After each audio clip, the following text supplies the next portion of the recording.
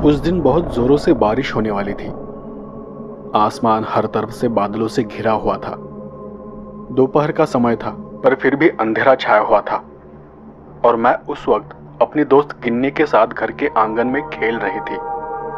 रह रहकर बादल गरज रहे थे, मानो आसमान से कोई बड़ा सा राक्षस नीचे उतरने वाला हो। मेरी माँ मुझे अंदर से आवाज दे रही थी, मुनमुन, अरे ओ मुनमुन। लेकिन मेरा सारा ध्यान बस खेलने में लगा था। बादलों की गड़गड़ाहट की आवाज में मुझे माँ की पुकार सुनाई नहीं दी थी। आखिरकार माँ घर के दरवाजे में आकर खड़ी हो गई। मुनमुन, कब से आवाज दे रही हूं, बहरी हो गई है क्या? माँ ने पास का डंडा उठा लिया। गिन्नी ने मुझे इशारा किया और वो देख मैं दौड़ती हुई माँ के पास जाकर खड़ी हो गई। माँ गुस्से में मुझ पर चिल्लाने लगी, तुझे पता है ना मेरी हालत खराब है, दादी भी बीमार है और तू मुझे मदद करने के बजाय बाहर खेल रही है। मैंने अपना सिर झुका लिया। घर के एक कोने में बीमार दादी लेटी हुई थी। उसकी हालत बहुत खराब थी। पिताजी सुबह से डॉक्टर को लाने गए थे। कहा था कि घंटे भर में लौट आऊंगा, पर उन्हें जाकर अब 3 घंटों से ज्यादा समय हो चुका था। मैंने घर के कोने में रखे मटके से पानी लेकर दादी को पानी पिलाया। दादी जोर जोर से खांस रही थी, पर उस हालत में भी उसने अपने थरथराते हाथों से मेरे सिर को प्यार से सहलाया।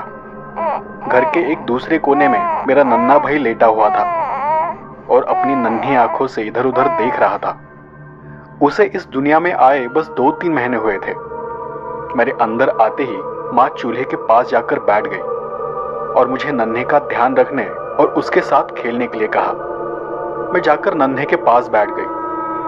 उस वक्त मैं दरवाजे के एकदम सीध में बैठी थी, जहां से मुझे बाहर का सब कुछ नजर आ रहा था। बादलों की आवाज के साथ साथ अब तेज बारिश शुरू हो गई थी। माँ झट से दरवाजा लगाने अपनी जगह से उठी और दरवाजे के पास जाकर कुछ देर वैसे ही खड़ी रही।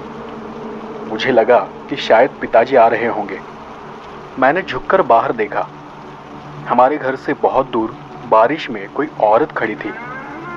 माँ बस ध्यान लगाए उसे देख रही थी और वो हमारे घर की ओर। मैंने माँ से पूछा, कौन है वहां माँ?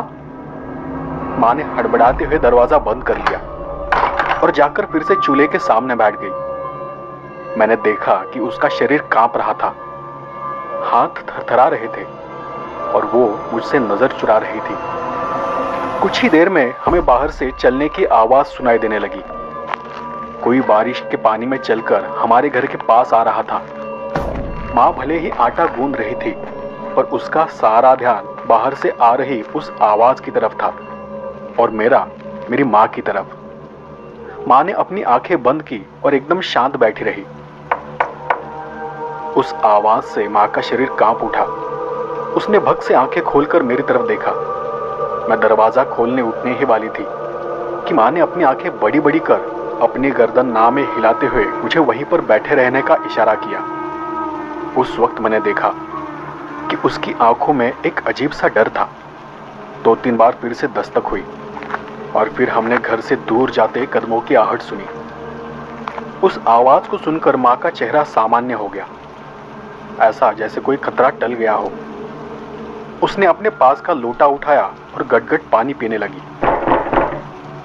अचानक हुई दस्तक से उसके हाथ से लोटा गिर गया। उस आवाज की वजह से नन्हा भी घबरा गया और रोने लगा। माँ उठकर नन्हे के पास आ गई और तभी बाहर से आवाज आई, कविता, ओ कविता। पिताजी की आवाज सुनकर मैं भागकर ही दरवाजा खोलने चली गई। माँ ने नन्हे को गोद में उठा लिया था। बाहर पिताजी खड़े थे, भीगे हुए थे।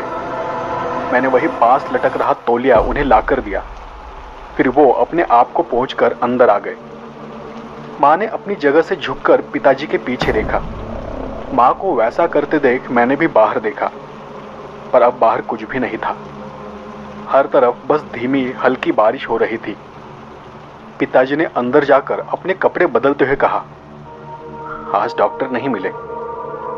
मैंने बहुत देर इंतजार किया, पर फिर भी वो नहीं आए। शायद बारिश के कारण वो आज नहीं आए। माँ ने नन्हे को मेरे हाथ में थमा दिया और वो फिर से खाना बनाने बैठ गई। धीरे धीरे दिन बीतता गया। रात होते होते बारिश थम गई थी। उस रात सोने के बाद बीच रात फुसफुसाने की आवाज से मेरी नींद खुल गई। वो कोमल ही थी। मैंने ठीक से देखा था, वो वही थी। मैंने आंख खोलकर देखा तो मेरी माँ उठकर बैठी हुई थी और पिताजी उसके सामने बैठ उसकी बातें सुन रहे थे, उसे समझा रहे थे। देखो, मैं सुबह जाकर गांव वालों से बात करता हूं, हम जाकर देख आएंगे। तभी पिताजी का ध्यान मेरी तरफ आया। मुनमुन, क्या हुआ? नींद नहीं आ रही? मुझे जगा हुआ देख मेरी माँ ने अपनी आंखें पोंछ ली और एकदम से शांत हो गई। फिर पिताजी ने मुझे अपने बगल में लिया और वो वहीं सो गए। मैंने उनकी सारी बातें तो नहीं सुनी, पर माँ ने कोमल दीदी का नाम लिया था। कोमल दीदी, जिसकी कुछ दिनों पहले ही शादी तय हुई थी और वो उसी रात घर छोड़कर भाग गई थी। मतलब सबको तो यही लग रहा था, पर माँ का कहना था कि माँ ने उसे देखा है। और अगर उसने देखा था तो मुझे ये समझ नहीं आ रहा था कि उसमें इतने डरने वाली क्या बात थी। सुबह जब मैं उठी तो पिताजी घर में नहीं थे। माँ नन्हे को दूध पिला रही थी। मैं आंगन में अपना मुंह धोने चली गई। एक पत्थर पर बैठकर अपने दांतों को साफ करने लगी कि तभी दूर कहीं से मेरे कानों पर एक शोर पड़ा। वो किसी तरह का हल्ला था। मैंने देखा कि दूर खेतों में लोग किसी को दोनों हाथों को और पैरों को पकड़कर उठाकर गांव की तरफ ले जा रहे हैं। मेरे पिताजी भी उन्हीं के साथ थे और उनके हाथों में कपड़े में लपेटा हुआ कुछ था और वो सभी तेजी से गांव की ओर जा रहे थे। वो देख मैं उनकी तरफ भागी तो उनमें से एक आदमी ने गुस्से में चिल्लाते हुए मुझे वापस घर जाने को कहा। लेकिन उस बीच मैंने देख लिया था कि वो कोमल दीदी थी। वो लोग उसे उठाकर गांव के अंदर ले जा रहे थे। उसकी हालत किसी मरे हुए जानवर की तरह थी। गर्दन नीचे लटक रही थी और चेहरा, शरीर एकदम भयानक था। वो देख मैं एकदम से पीछे हट गई और वापस घर के आंगन में आकर खड़ी हो गई। मेरी आहट को सुनकर माँ ने अंदर से ही मुझे आवाज दी, क्या हुआ मुनमुन? ये शोर काहे का है? मैंने दरवाजे के पास खड़े होकर उन लोगों को देखते हुए कहा, गांव के लोग कोमल दीदी की लाश को उठाकर कहीं ले जा रहे हैं। पिताजी भी उनके साथ है। मेरी बात सुन माँ भी दरवाजे में आकर खड़ी हो गई और उस तेजी से जाती हुई भीड़ की ओर देखने लगी। मैं इस बात को सोचकर हैरान थी कि कल रात माँ ने पिताजी से कोमल दीदी का जिक्र किया था और सुबह उसकी लाश मिली थी। मैंने कुतूहल से माँ से पूछा, माँ, कोमल दीदी के साथ क्या हुआ है? माँ ने अपनी बड़ी बड़ी आंखों से मेरी तरफ देखा और गुस्से में झटके से मेरे हाथ को पकड़कर खींचा। ध्यान से सुन, अब तो बिना पूछे घर से बाहर कहीं नहीं जाएगी, खेलने भी नहीं, और अगर बिना बताए तू कहीं गई तो बहुत मार पड़ेगी, याद रख। माँ का अचानक बदला हुआ रूप मेरी समझ के बाहर था, पर उस पल मेरी आंखों में आंसू आ गए। पता नहीं मेरी क्या गलती थी। दिन भर मैं चुपचाप घर में बैठी रही। उस दिन पूरे गांव में जैसे सन्नाटा छाया हुआ था। लोग भी अपने घरों से बाहर नहीं निकले थे। उस दिन गिन्नी भी खेलने नहीं आई। हमारे घर का दरवाजा उस पूरे दिन बंद ही था। पिताजी भी दिन भर घर से बाहर थे। शाम होते होते वो कहीं से वापस घर आ गए। उनकी हालत भी खराब थी। कपड़े मैले थे, चेहरे पर थकान थी। माँ ने उन्हें नहाने के लिए पानी गर्म करके दिया। नहाने के बाद घर में आने से पहले उनकी नजर उतारी और न जाने क्या क्या किया, और उस सब के बाद उन्हें घर में आने दिया। वो भी चुप थे, कोई बात नहीं कर रहे थे। मैंने गांव को इतना शांत पहले कभी नहीं देखा था। जैसे हर तरफ मातम छाया हुआ हो। हर कोई किसी खौफ में था, डरा हुआ था। रात का खाना वगैरह होने के बाद हम सब अपने अपने जगह पर सो गए, पर उस वक्त मुझे नींद नहीं आ रही थी। माँ और पिताजी दादी के पास बैठे हुए थे। मैंने सोने का नाटक किया, क्योंकि मुझे जगा हुआ देख वो फिर से बात को बदल देते। मैं उनकी बातें सुनना चाहती थी। मैं चुपचाप लेटी रही। उनके बीच बात कोमल दीदी के बारे में हो रही थी। पिताजी कुछ कह रहे थे। बहुत खराब हालत थी उसकी। ऐसी भयानक मौत भगवान किसी को ना दे। जब हम लोग वहां गए तो देखा कि घर के अंदर एक कोने में उसका शव पड़ा हुआ था। बहुत ही बुरी हालत में था। हैरानी की बात यह थी कि वो गर्भवती थी और किसी को भी उसके बारे में पता नहीं था। उसके पेट से बच्चा बाहर निकला हुआ था और उससे दूर पड़ा हुआ था। 4 महीने का होगा शायद। दादी ने थरथराती आवाज में बीच में ही कहा, बच्चा काहे का, मांस का गोला रहा होगा। पिताजी ने उसकी बात को आगे बढ़ाते हुए कहा, हाँ मतलब मांस का गोला ही था। लेकिन कोमल की आंखें खुली थी और वो अपने बच्चे को ही देख रही थी। उस मांस के गोले को पता नहीं वो उस घर में कैसे पहुंची। हर तरफ काला पानी था। उसका सारा खून बारिश के पानी में मिलकर काला पड़ गया था। उसका शरीर भी सड़ने लगा था, सफेद पड़ चुका था। शायद वो उसी दिन मर गई थी जिस दिन वो घर से भागी थी।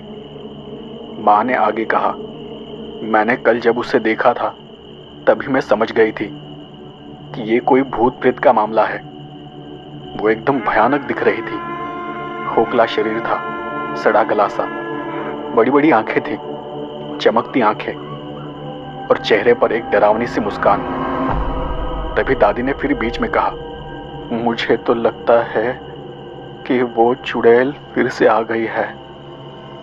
दादी की बात सुनकर मां के चेहरे का रंग ही उड़ गया। दादी ने बात को आगे बढ़ाते हुए कहा, गांव वालों को चेतावनी दो कि कुछ दिन तक घर से बाहर ना निकले। संभल कर रहे, खासकर औरतें और बच्चे, और लोगों से कहो कि जल्द से जल्द उसका उपाय करे। और फिर दादी ने मां की तरफ देखकर कहा, तू तो बिल्कुल भी घर से बाहर कदम मत रखना। अगर वो वही चुड़ैल है तो सबसे ज्यादा खतरा तुझे है। दादी की बात सुनकर मां घबराकर बिस्तर में आकर लेट गई। शायद वो उस बारे में सुनना भी नहीं चाहती थी। वहां दादी और पिताजी कोमल की मौत पर दुख जताते हुए उसके बारे में बातें करते करते सो गए। दादी उस रात देर तक खांसती रही। उसकी हालत बहुत ज्यादा खराब थी। अगली सुबह पिताजी फिर घर पर नहीं थे। मां से पूछा तो उसने कहा कि वो डॉक्टर को बुलाने गए हैं। उस रोज भी मैं घर से बाहर नहीं गई। पिताजी दोपहर कहीं से किसी डॉक्टर को लेकर आ गए। उन्होंने दादी की जांच की और उन्हें जल्द से जल्द अस्पताल ले जाने को कहा। उनका कहना था कि उसके मुंह में खून की गुठलियां बन रही है। पिताजी ने कहीं से कोई इंतजाम किया और उसी वक्त दादी को लेकर चले गए। जाते जाते पिताजी ने मुझे अपने पास बुलाया और कहा, मां का ख्याल रखना, ज्यादा तकलीफ मत देना, नन्हे का भी ख्याल रखना और अपना भी, और घर से बाहर बिल्कुल नहीं जाना। मैं जल्द ही लौट आऊंगा। मैंने पिताजी की बात पर सिर्फ हाँ में अपना सर हिलाया था। उनके जाते ही तुरंत बाद मां ने दरवाजा लगा लिया। वो दिन बहुत लंबा होने वाला था। वातावरण में एक अलग ही उदासी छाई हुई थी। पिताजी रात जिस टूटे घर के बारे में बात कर रहे थे वो हमारे घर से दूर था, लेकिन दरवाजा खोलते ही वो ठीक सामने दिखाई पड़ता था। और आज तो वहां दिन में ही अंधकार छाया हुआ था। आज सुबह से ही आसमान बादलों से भरा पड़ा था। मानो काली परछाइयां आसमान में यहां वहां